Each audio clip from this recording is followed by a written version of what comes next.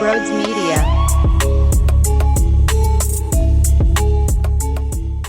Yo, what's going on, everybody? Welcome on in to Sports Talk with Brodes. This is going to be a very serious discussion today, as we are very close to opening day.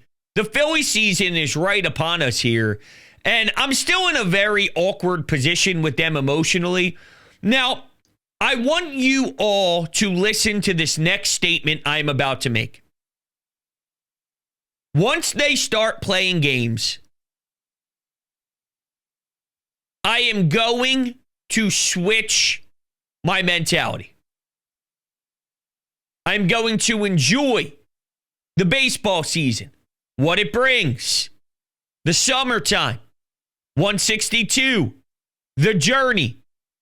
I am going to do my very best to open up my heart and really go down this emotional roller coaster with the team. There are some red flags, though, that I'm having a very difficult time ignoring. Think of it like this. Now, I'm a very happily married man, but there are some of you out there that are in the streets, and it is I don't want to say a rough go out there, but it's an interesting time in the dating world. You're on Tinder, you're on Hinge, and you meet with somebody out at the bar, and there were 3 alarms that went off. Do you choose to ignore those alarms? Do you keep continuing to date this person when there's maybe 3 or 4 different examples of things you despise?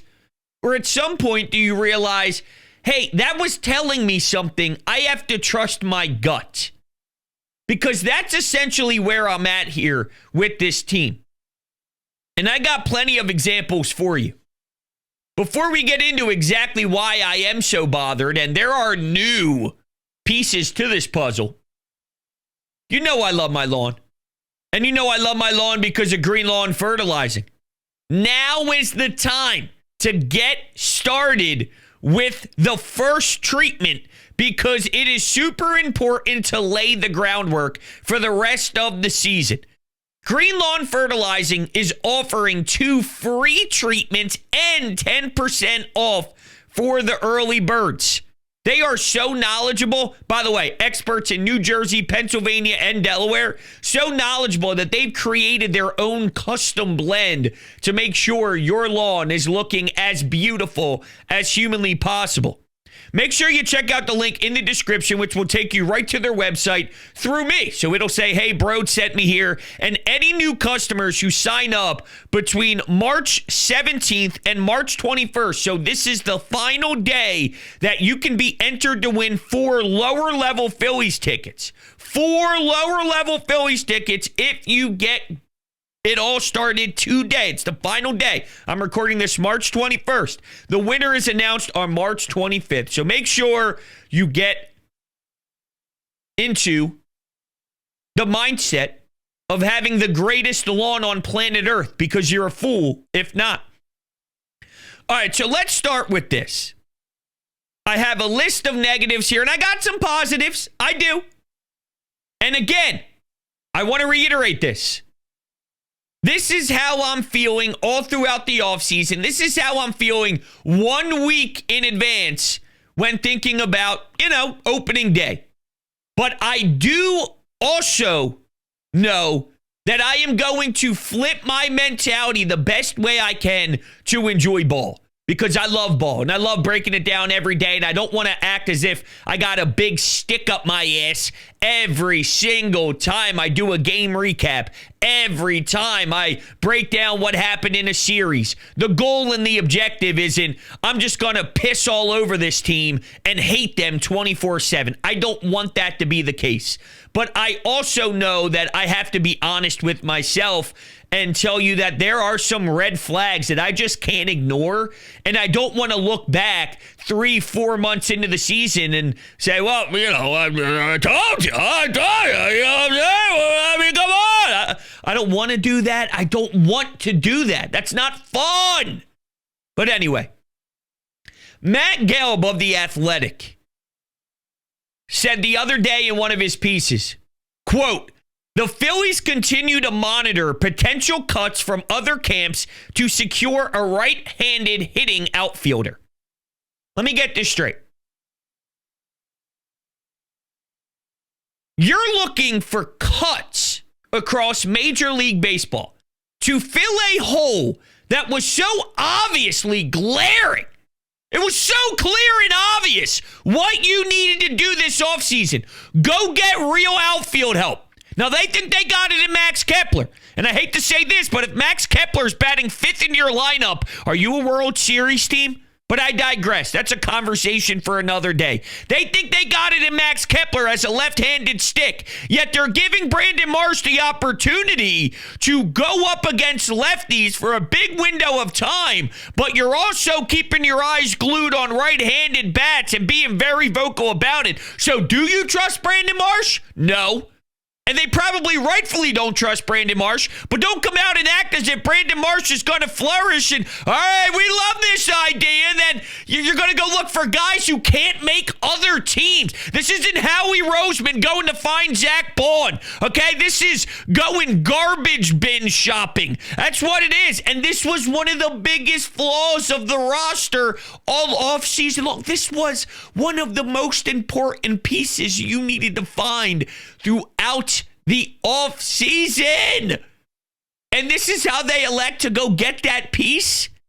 That's crazy to me. It goes back to the lack of urgency by Dave Dombrowski. In what universe is this Dave Dombrowski? It's so disappointing.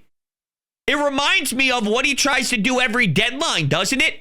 Let's just get marginally better. Let's look to increase this team just by a smidge to go get some random role players and utility pieces. He's always just looking around the edges. Around the edges, dude. I cannot support a president of baseball ops saying that's how he's going to try and get his team better, knowing that that was such a key piece to improve this offseason. That's how you're doing it? Phillies continue to monitor potential cuts from other camps to secure a right-handed hitting outfielder. I'll tell you for free, that guy's going to suck. I'll tell you for free, that guy's going to blow. He's going to be horrible. But that's what they're doing. Ticks me off. Here's what else ticks me off. We'll get more into the Ranger Suarez side of things because I'm not mad at anybody in particular that somebody has back stiffness again, and it doesn't seem to be as bad as previous back stiffnesses have, been for Ranger Suarez, which is good. But just the fact that he's dealing with it already is telling. But we'll get more into that. Here's the next layer to the Dave Dombrowski thing. I don't know who's going to be fifth in the rotation. Maybe Ranger Suarez is good to go. Who knows? I don't know at this current time. Here's what I do know. The fact that there's a chance Taijuan Walker, the first time through the rotation, is in the conversation as maybe, it's a fireable offense. Now, I'm not calling for Dave Dombrowski's job. I'm not saying he needs to be fired today. I'm saying based off of what you've seen and what you witnessed from Taijuan Walker since he signed this contract, outside of the first season where he won a lot of games, even though the win total didn't really describe his excellence on the bump, you can survive with the fifth starter that won that many games his first campaign, even with the ERA that he gave us. So the first year is fine, right? Obviously not expectations worthy of quality of pitching, but still fine and serviceable. It's just underwhelming. Big difference from where he's been since then, calling out the manager on social media, not even being a reasonable option for you at any particular time. It sucks. It was very clear that he should never be able to put on a Phillies uniform again and pitch in the regular season. And the first time through the rotation in 2025, he's a real option to go. He's got a 7 ERA, 6.92, but a 7 ERA in spring training. And Dave Dombrowski put this fan base in a position to watch that slop again. That is a fireable offense. I can't support that. That's crazy. That's ludicrous. That is insane. Insane. The first time through the rotation, his name is in the mix. That's unbelievable, guys. That's unbelievable. That's the type of stuff that I can't shake. Now, maybe that's a flaw on my end. Maybe that's a problem that I have that I need to find a way to manage. But the more and more I think about it, it's not. It's not a me problem. It would be different if Dave Dombrowski went out and did X, Y, and Z, and there were a lot of really good feelings heading into this season, and there was a lot of creativity and a way to show sense of urgency, and you could tell the Phillies worked their asses off to try and put the best product on the field, and I'm sitting over here going, I hate them. I can't believe them. Then I would look in the mirror and say, Brodes, you're an issue, dude. You're a dysfunctional piece of shit. That's what I would say. But that's not the case. This team is doing it to me. This team is making me feel this way, and I have every right to feel this way. For the third time so far in this show, when opening day happens, and when I get to see Zach Wheeler, and I get to watch Bryce Harper, and I get to watch Kyle Schwarber, every ounce of my body is going to enjoy it the best way I can, and I'm not going to be a douche, I promise you.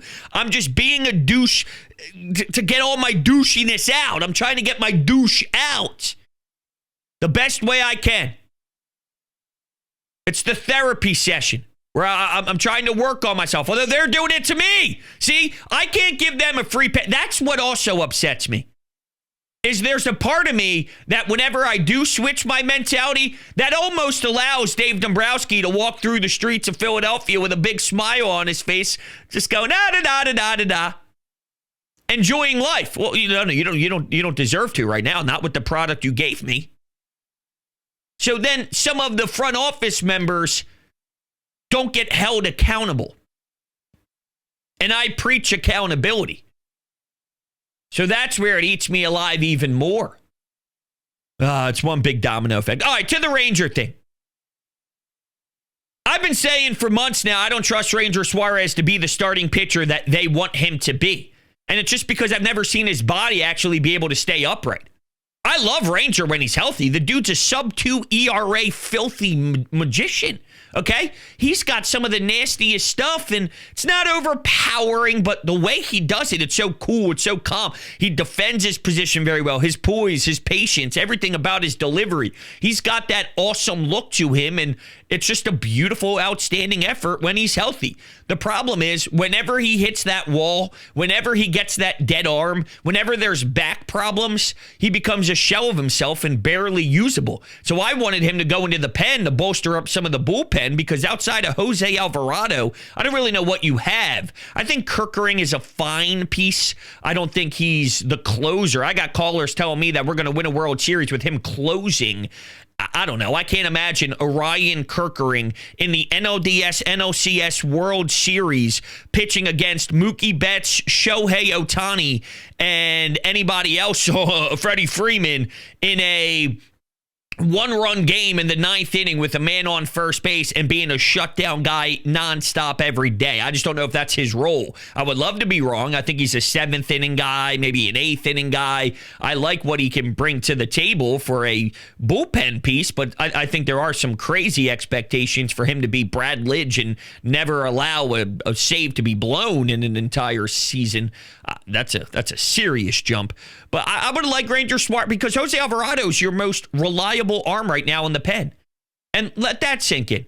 Jose Alvarado is your most reliable arm in the pen. Is Romano going to be healthy? Maybe. Him healthy, maybe I feel differently as the season plays out and I get to watch a few outings and I go, hold on a second, that guy's got it.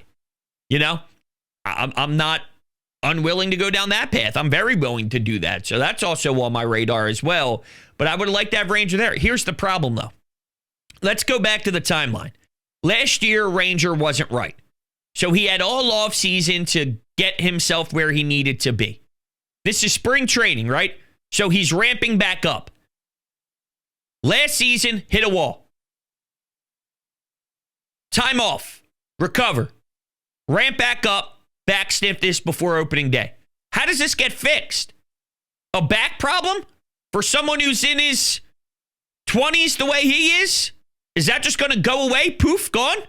Or is this going to linger forever? And it seems whenever he ramps back up, now there's some version of stiffness happening again. Because if he takes time off, and I know Rob Thompson, originally it was, we're going to need 24 to 48 hours, and it's probably not as bad as previous back stiffnesses for him. So, whenever you hear a 2-day timeline, though, personally for baseball, especially with pitchers, I do get nervous, but they did spin it in a way that made you feel optimistic about it. And then maybe he's throwing catch again, and that's great. But if you're talking about giving it your all, if you're talking about being on the mound in a regular season game, trying to throw the hardest you can and get cute and creative with some of your off-speed pitches and whatnot, I'd imagine as he tries to get back to his purest form, something's going to pop up again. Because so far, the timeline for him is every time this is, again, smacking you in the face. So I don't know what we have in Ranger. Hell, about a week ago, I asked you hypothetically if you could move Ranger Suarez, who is now a Scott Boras client for a reason. Even if he says he wants to be here in Philadelphia, I'm sure that's a Scott Boras tactic 101 to try and leverage John Middleton as much as humanly possible. Would you, if possible, and it was very hypothetical, there was no one else on the other side of this trade, it was just more along the lines, if you can go get a 255 consistent hitter in center field, and he can lock down your center field. He's a reliable 255 hitter. Because, for example, Trey Turner hits 290, but his 290 sucks. I'm not talking about a 255 that sucks. I'm talking about a 250. I know that sounds crazy, but we watch every single game, and we know the 290 that Trey Turner hits is not really as powerful as 290 screams on paper. So 255 may sound weak to some, but it would be a consistent 255, which would make it feel more 270-ish. Again, I know it sounds crazy, but that's how the game is these days. If you can trade him for a 255 consistent glove and just a solid guy out in center field that you could plug in there every single day, would you do that over the Marsh experience, the Platoon experience, the Rojas experience? And I said, hell yeah, I would. Hell yeah, I would. Again, hypothetical barroom conversation, having a couple of pops with the boys, sitting around the campfire in the summer, just throwing around random baseball trades. Is that something that would intrigue you? And there's no doubt it would for me, just because I'm not in love with where he's at from a physical standpoint. I'm in love with his projection when he's at the top of his game. I'm in love with the ace Ranger Suarez. I'm in love with the sub-2 ERA Ranger Suarez. I just don't think that's what we have anymore for a long enough period of time. Maybe you can sell me that he can be effective in the pen because there's less wear and tear on the body, but it's still a calculated risk for sure, because if he does have to miss significant amount of time, then you don't have that arm in your pen. All right, two more things, or actually three more. I got three more things I don't like in my negative list. I only have one positive. I know. Shame on me. Before we get into that, though, I love garage beer. Garage beer is the best beer ever. The amount of garage beers I'm going to consume while watching baseball this season is going to be unbelievable. It's going to taste so good. Why? 0% IPA, 100% light beer, 1,000% quality. DrinkGarageBeer.com. Make sure you join the garage beer family. All right. So the lineup so far in spring training, as you'd think that they would be in attack mode now, right? Spring training's almost over. It's almost time for opening day. You're sort of ironing out the kinks. You're dotting the I's. You're crossing the T's, and you're sort of getting more established with what you want to do and who you want to be. And one day Trey Turner leads off. The next day Kyle Schwarber leads off. It's back and forth, flip flop. What are we doing here? We're moving Bryce to 2, but then when Kyle leads off, he's 3, and Trey leads off, he's 2. And boom, it's this. And what are we doing here? Are we going to lead Trey Turner off or not? Now, it sucks that we have to baby him because, he just isn't able to live up to the expectations. But are you doing what's best for Trey? And I guess the question becomes, are you supposed to do what's best for Trey, or are you supposed to do what's best for the team? But if you're supposed to do what's best for the team, Trey shouldn't be playing shortstop. He should be playing center field. Trey should never play shortstop ever again. So it's obvious they're not actually valuing what's best for the team, because at that point, Trey Turner should be batting 5th, 6th. He should be batting in the bottom half of your lineup and not the top half of your lineup, because he's so damn inconsistent. So obviously, again, it's not about best for the team. It's about what's best for Trey. So if it's about what's best for Trey, Everybody shut up. Everybody stop bitching. And Trey, you end up leading off, and let's see if we can establish some sort of momentum with the facelift and a new personality as a lineup. Is that too much to ask for? Is that too much to ask for? Just set him up at the top. Shut up about everything else. And Kyle leading off. And then shut up. Trey, Bryce, Bohm, Kyle, shut up. There's your top four, and let's go with it. I'm not telling them to specifically shut up. I'm just saying in general, shut up about the damn lineup. This is what we're going to be. This is what we're trying.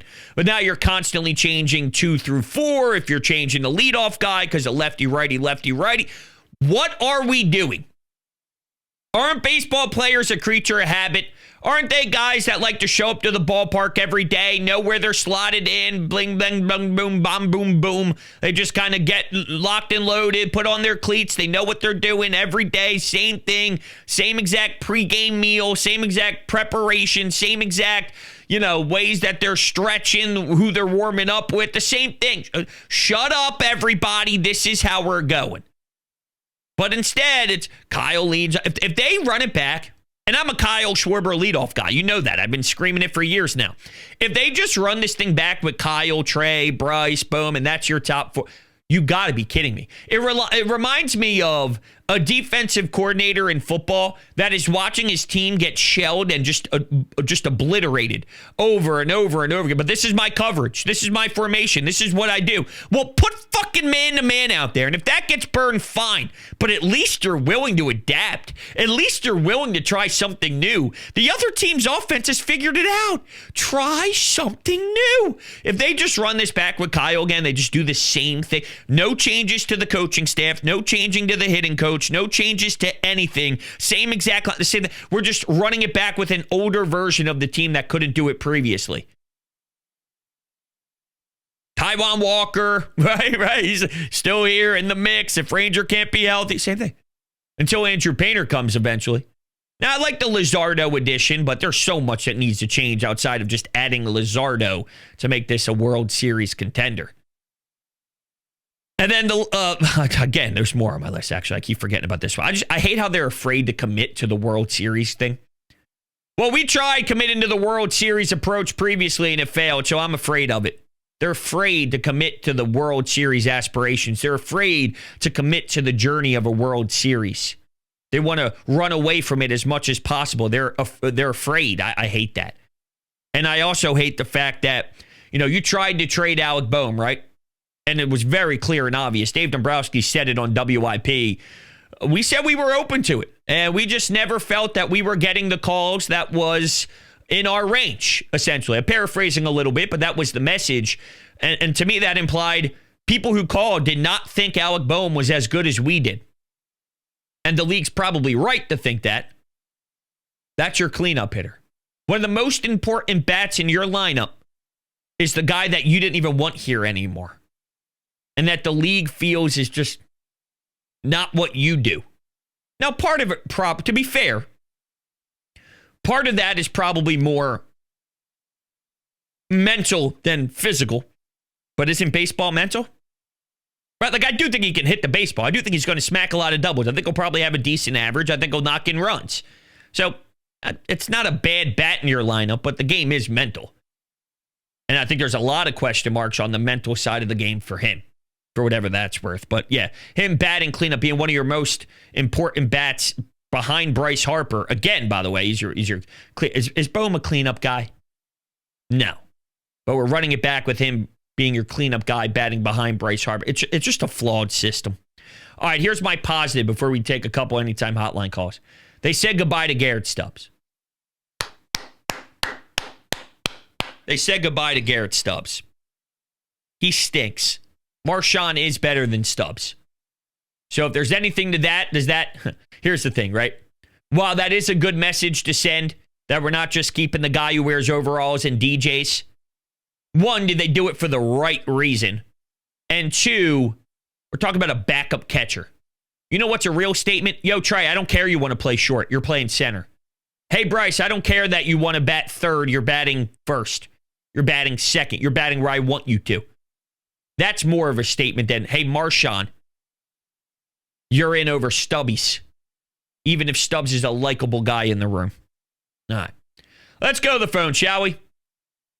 Jesus Christ, bros. I just watched your last pod, and I swear to God, every single pod is, like, you say you go on these, like, positive Phillies pods, but you don't, like, on your own platforms, you just bash them all the time. I really hope to God that the Phillies in 2025 prove your ass wrong. Like, in your brain, you expect them to be like a barely wild card team. Like, you expect them to just bend over to the Braves, to the Mets, to the God, I'll even say the Nationals. Like, you expect this team to be god awful. Like, you forget that the people you have on your team, Zach Wheeler, Aaron Nola, Christopher Sanchez, Ranger Suarez, and Jesus Luzardo in your rotation. Not to mention the sixth man with Andrew Painter coming on. You forget that Bryce Harper is still going to be a superstar player. You act like Nick Castellanos is going to go, like, he's going to have like a 130 batting average. You act like Kyle Schwarber is going to die and fall off the face of the earth. You act like Trey Turner is the worst shortstop in history. That one he is. Continue. When you have all these other teams, literally the Mets are a prime example of a team that have like 4 or 5 good bats, and then their pitching is dog shit. Yet everyone's blowing and glazing them. But when it comes to the Phillies, oh my God, we're horrible because we didn't go out and sign Shohei Ohtani at every single position. Like, I understand this was a lackluster offseason, but y'all forget how good this team is on paper. Like, I understand you don't want to run this team back. But when we run it back, we're going to win 95 games this year. And where did 95 games get you last year? You lost in the NLDS to the New York Mets. I don't think they're going to stink. They're going to win 90 games. They're going to win 90 games. But so far, I mean, see, this. Look, am I harsh? Am I taking it to an extreme and I feel very down? Yeah, and do I feel good about it? No, I don't. This doesn't make me happy, right? I don't like that. I know a lot of fans are excited about baseball beginning, but this is where I'm at emotionally. That doesn't make me feel good, right? But I also, I don't like to pretend that I feel a certain type of way. When the Eagles show me success, I run on 1,000 and it's fun. When the Phillies show me disappointment, I'm going to use that same energy. It's just going to be flipped the other way. And yeah, on paper, they are good on paper. But so far, it's been World Series magical run. It's been the worst NLCS that you could imagine against a Diamondbacks team in 6 and 7 at home. And last year was an abomination. And they're all getting older, and there's no urgency.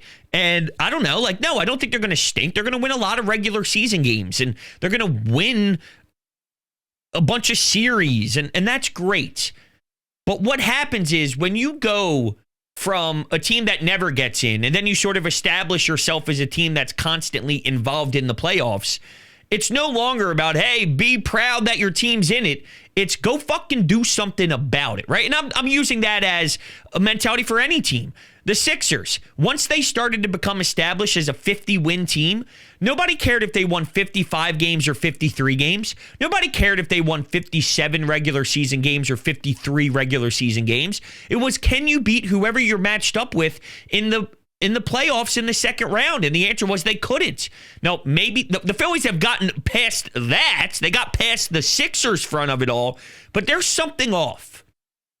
What I can't do is just rah-rah them to the point where I just ignore their extreme flaws. And look, yeah, the Mets do have weaknesses. The Braves do have some injuries. No doubt about it. The Phillies aren't the only team that's flawed. But there's something off with this mental makeup, and as I study the personality of this group for years, there is a disconnect somewhere. And I can't ignore that. They're going to win. By no means do I think they're going to stink. They're going to win. Are they good enough to win a World Series? And to their credit, they have reached a point where that's the expectation. And that's not easy to do. They've built a roster where the talent on paper screams, you need to get the job done or else it's a failure. And that's a credit to them. But with that, it comes a different view. It comes a different perspective. There comes with a totally different viewing experience.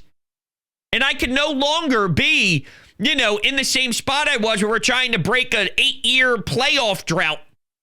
Hey, we haven't been in the playoffs in 8 years. Hey, we got there. That's a different viewing experience than where we are now. I know they're good. Are they good enough? That's the critiquing now. And I don't know how it should be anything other than that. So that's where I'm at with it.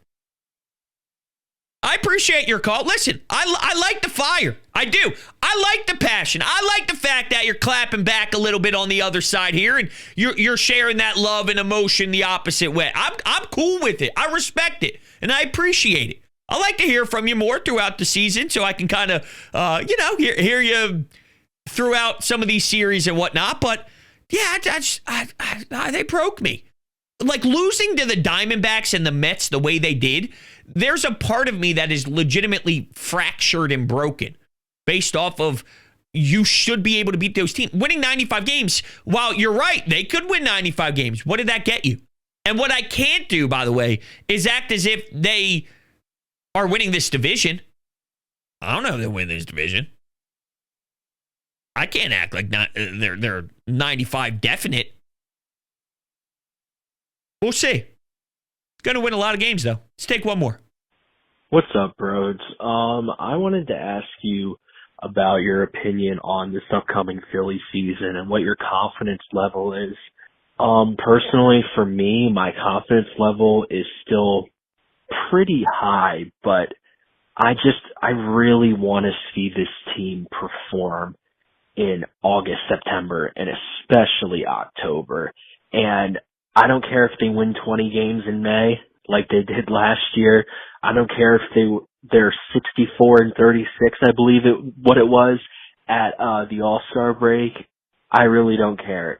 They need to go out and win when it matters. They need to hit when it matters, and they need to go out and win when it matters. These last two postseasons have left very much a sour taste in everybody's mouth, and they just need to go and redeem themselves. They got the guys to do it. They have the contracts to do it. I'm starting to think they have the starting pitching to do it with Wheeler, Nola, Suarez, Sanchez, Painter coming back in July, Luzardo I like a lot. They have the talent. Go out there and fucking win it now. Like, seriously. Go and win it. You see the Eagles? They've done it. Go do it. Man, it'd be great if they did. It sure would be. I like that. That's a good way to explain sort of where I'm at. You know what I mean? Except for the super optimistic. I think he said what? On the optimistic side. And I don't know if I'm there. But I do like the way you broke down that call. I think that's fair for sure. Listen, the Anytime Hotline's always available 24/7. So you can call in. We're obviously going to be talking a lot more Phillies as we gear up for opening day. 856-442-9805 is the phone number to leave your voicemail, and I would love to hear from all of you. It's a rough time. It's a rough time for me emotionally with this baseball team, but I'm trying. I'm just being honest, but I'm trying. There is not 1 ounce of my body that's not giving you all I got, and I don't like being here. So I'm going to grab onto any sort of positivity I can once they start playing these games. A walk-off, an exciting pitching performance, an awesome gem, a great outing from the bullpen coming in for relief, any of it. We'll break it all down. I'm not going to be a curmudgeon all season long. Okay? All right.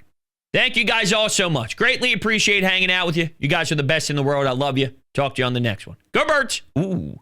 Do I still do that? I don't know. We'll find out. See you on the next one. Go Birds!